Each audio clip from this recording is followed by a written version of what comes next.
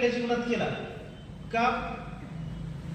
तर रामरायाचं कवित्व वाल्मिकीनं जसं केलं, देवा आता या अवतारात तुम्ही आहात, राम अवतारात असताना वाल्मिकीनं तुमचे सगळं गुणगान गायलं, तसं आता या अवतारामध्ये कुणीतरी गायलं पाहिजे, ते मी गाईल.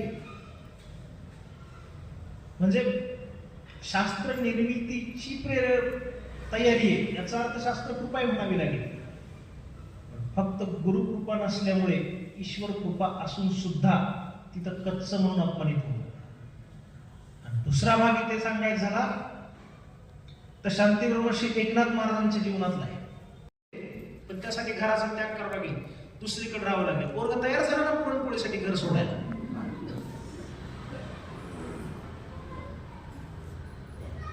कुठे? नाथांकडे. नाथांकडे आणून सोडलं, माझ्या पोराला ठेवून घ्या, त्याला सांगा कसं राहायचं, काय करायचं. नाथांनी सगळे दिनचर्या सांगितली, काकड्यापासून जागरापर्यंत. जीवनाचं नावच नाही काढलं. पोरग म्हटलं चल घरी, ज्यासाठी आलं तो आहे बाबा, काय बोलतच नाही. धाडसानं ती आई हळूच नाथांना म्हटली, आता हे बाकीचं करण्याकरता पोरग आलंच नाही, नैवेद्याचं काय असतो ना, दुपारी असतो, रात्री असतो, पुरणाची पोळी असते, त्यालाही खायची. बाकीचं माझं पोरग काय करणार नाही, चालेल काही करू नको ना. फक्त नाथांच्या दरबारात नैवेद्याची वाट पाहत बसणं आणि पूर्णाच्या पोळीसाठीच तिथं वास्तव्य करणं, एवढाच ज्याच्या जीवनातला हेतू आहे. त्याचं नाव गावबा. आणि नाथांनी एवढी वाङ्मयीन रचना म्हणजे ग्रंथ निर्मिती इतर कुठल्याही संतांची नाही. सर्वाधिक ग्रंथ हे एकनाथ महाराजांचे. त्यातला उत्तरार्धात आयुष्याच्या नाथांचा एक ग्रंथ सुरू होता, तो म्हणजे भावार्थ रामायण. त्या ग्रंथाची पूर्णता झालेली नव्हती आणि नाथांनी आपल्या जवळच्या काही सुरत मंडळींच्या पुढे प्रस्ताव ठेवला, आता जगाचा निरोप घ्यावा असं वाटतो, समाधीस्थ भाव वाटतो. हितचिंतकांनी सांगितलं, नाथा हरकत नाही तुमचा निर्णय, पण तो ग्रंथ राहिलाय आपला, त्याच्या पूर्णतेची व्यवस्था काय केली? नाथांनी सहज हात दाखवला, गावबा पूर्ण केली. सगळी सभा हसली.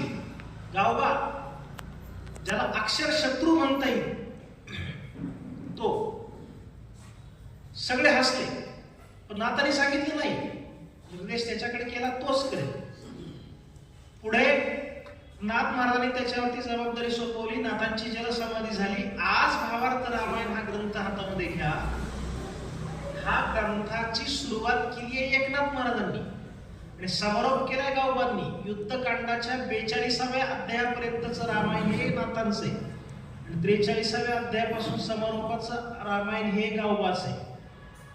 कितीही आंतरराष्ट्रीय कीर्तीच्या असणाऱ्या भाषा तज्ञांच्या पुढे अथवा विद्यापीठातल्या त्या अध्यासनाच्या समोर तो ग्रंथ ठेवा आणि सांगा एखाद्याला की यातल्या नाथांच्या ओव्या आणि गावबांच्या ओव्या वेगळ्या काढून दाखवा. त्यातली भाषा, शैली, वातावरण निर्मिती जे काय असतं भाषा विज्ञानाच्या दृष्टीनं वाङ्मयाची सगळी ती मीमांसा ग्रंथाची, तर ती भल्याभल्यांना करता येत नाही.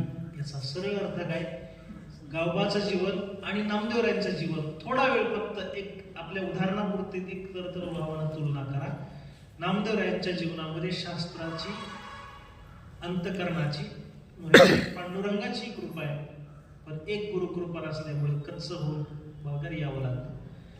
गावबाच्या बाबतीत विचार करायचा झाला तर शास्त्र कृपेचा दूर संबंध नाही. ईश्वर कृपा स्वप्नातही नाही, आत्मकृपेचा प्रश्न नाही, कारण तिथं येणं फक्त पुरणपोळी पुरते.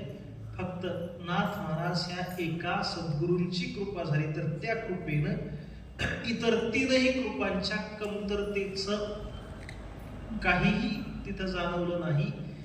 आणि एक नाथांच्या पंक्तीमध्ये बसण्याचं सामर्थ्य या महाराष्ट्रीय संत परंपरेमध्ये गावबा महाराजांना प्राप्त झालं. म्हणून ही कृपा महत्वाची. तर त्या कृपेचं सामर्थ्य काय? तर संतांच्या म्हणजे श्री गुरूंच्या कृपेचं सामर्थ्य, त्या कृपेला प्राप्त होण्याकरता अंगी काय असावे लागतं? तर अंगी असावी लागते विनम्रता. ती विनम्रता या ज्ञानोबरांनी इथं बोलून दाखवलेली आहे आणि त्याचाच परामर्श आपल्याला इथं घ्यायचा आहे. ही कृपा होईल त्या कृपेनं काय घडेल तेच इथं ज्ञानेश्वर महाराजांनी सांगितलेले. पण या सद्गुरूंची कृपा होण्याकरिता एक पराकोटीची विनम्रता असावी लागते. ती विनम्रता कशी ते उद्या आपण त्या निमित्तानं पाहूच. पण ही विनम्रता अंगी प्राप्त करत असताना, गुरूंच्या कृपेच्या टप्प्यात येत असताना, गुरूंनी एखादं वचन जर सांगितलं तर त्या वचनाची चिकित्सा शिष्य या भूमिकेत आपण असू तर ती करायची नाही.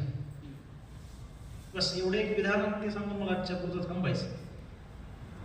ऐश्वर्यवान संत म्हणून नाथांकडे पाहिलं जातं. आणि अजूनही बघा, नाथांच्या ज्या ज्या शिष्य परंपरा महाराष्ट्रात आहेत त्यात अशा श्रीमंतच. नाथांकडे दररोज पूर्णाची पोळी असायची नैवेद्याला त्या काळात. गदाभाग सर्वांना माहिती, मला फक्त निर्देश करायचे. गाव खेड्यात पैठणच्या पंचक्रोशीत राहणाऱ्या एका घरी एके दिवशी सणाच्या निमित्तानं, अहो तो काळ तर फार जुना द्या सोडून, म्हणजे आमच्या पिढीत नाही पण या सगळ्या तुम्हा मंडळींच्या लहानपणी रोज भाकरीच खायला असायच्या. गौततेनंतर 72च्या दुष्काळात वगैरे तेव्हा आपल्याकडे आले असं म्हणतात.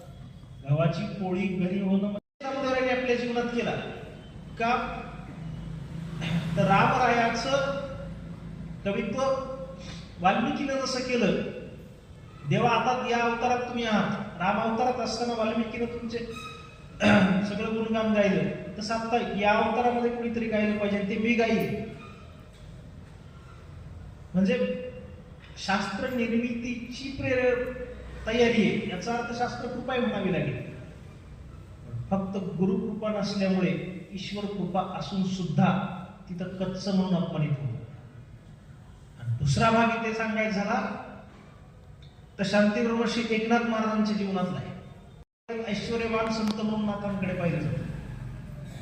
आणि अजूनही बघा, नाथांच्या ज्या ज्या शिष्य परंपरा महाराष्ट्रात आहेत त्यात अशा श्रीमंतच. नाथांकडे दररोज पूर्णाची पोळी असायची नैवेद्याला त्या काळात. गदाभाग सर्वांना माहिती, मला फक्त निर्देश करायचे. गाव खेड्यात पैठणच्या पंचक्रोशीत राहणाऱ्या एका घरी एके दिवशी सणाच्या निमित्तानं, अहो तो काळ तर फार जुना द्या सोडून, म्हणजे आमच्या पिढीत नाही पण या सगळ्या तुम्हा मंडळींच्या लहानपणी रोज भाकरीच खायला असायच्या. गौततेनंतर 72च्या दुष्काळात वगैरे तेव्हा आपल्याकडे आले असं म्हणतात. गव्हाची पोळी घरी होणं